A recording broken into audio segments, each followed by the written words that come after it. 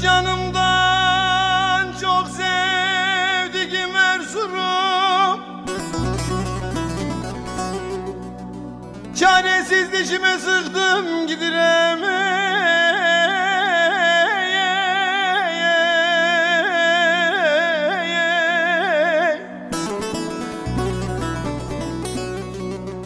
Gafillerden darbe yedi gururum, kaderime boyun büktüm gidireme.